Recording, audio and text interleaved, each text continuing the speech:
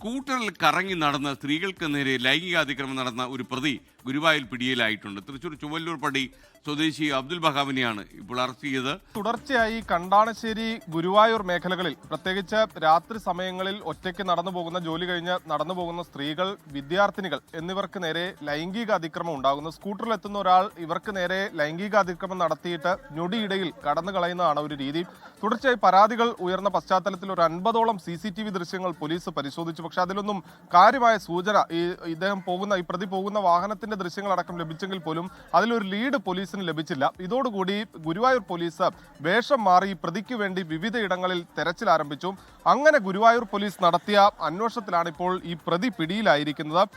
ഈ ചുവല്ലൂർ പടി സ്വദേശിയായിട്ടുള്ള അബ്ദുൽ വഹാബാണ്. അബ്ദുൽ വഹാബ് ഓട്ടോറിക്ഷ ഡ്രൈവറാണ്. ഈ വൈകുന്നേരം വാഹനം ഒതുക്കിയതിനു ശേഷമാണ് ഈ സ്കൂട്ടറും എടുത്തിറങ്ങി ലൈംഗികാതിക്രമം നടത്തിയത് എന്നുള്ളതാണ് പോലീസ് കണ്ടെത്തിയിരിക്കുന്നത്. അത് സ്ത്രീകൾക്കെതിരെ മാത്രമല്ല, ഈ വിദ്യാർത്ഥിനികൾക്ക് നേരെ പോലും ഈ ലൈംഗികാതിക്രമം ഉണ്ടായിരിക്കുന്നു. എന്തായാലും ഈ സംഭവത്തിൽ ഇപ്പോൾ പ്രതി പിടിയിലായിട്ടുണ്ട്. കോടതിയിൽ ഹാജരാക്കിയ പ്രതിയെ റിമാൻഡ് ചെയ്യാനുള്ള ഒരുക്കത്തിലാണ് പോലീസ് ഉള്ളത്.